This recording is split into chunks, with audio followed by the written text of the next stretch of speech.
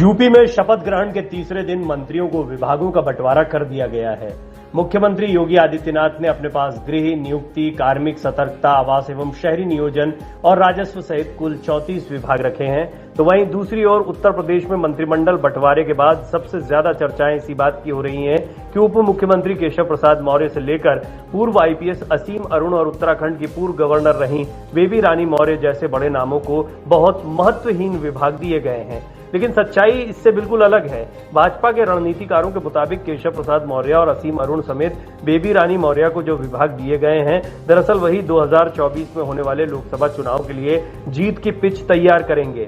Party आलाकमान ने तमाम मंथन के बाद ही इन महत्वपूर्ण चेहरों को ये बड़ी और सबसे ज्यादा लोगों तक जोड़ने वाले महकमों की जिम्मेदारी दी है।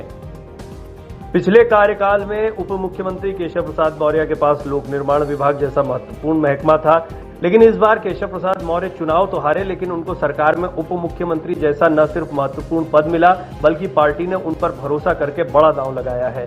भाजपा के केंद्रीय नेतृत्व से जुड़े एक वरिष्ठ नेता कहते हैं कि केशव प्रसाद मौर्य को जो मंत्रालय दिया गया है, दरअसल वो मंत्रालय प्रधानमंत्री के विजन और मिशन को पूरा करने वाला मंत्रालय है।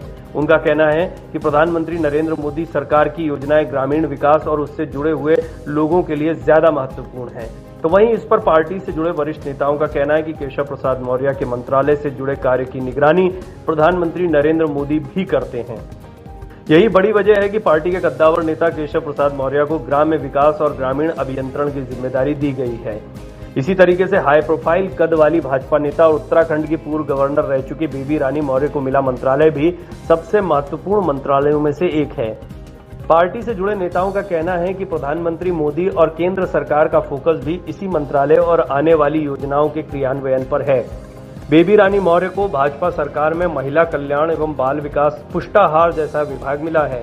बेबी रानी मौर्य को मिला ये मंत्रालय न सिर्फ राज्य बल्कि केंद्र सरकार और प्रधानमंत्री नरेंद्र मोदी की प्राथमिकताओं वाले महकमे में से एक है।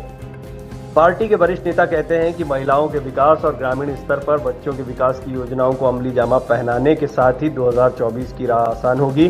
कानपुर के तत्कालीन पुलिस कमिश्नर आईपीएस असीम अरुण को समाज कल्याण, अनुसूचित जाति एवं जनजाति कल्याण विभाग मिला है, जो कि भाजपा को मिले दलितों के एक बड़े वोट बैंक के लिहाज से सबसे महत्वपूर्ण मंत्रालय माना जा रहा है।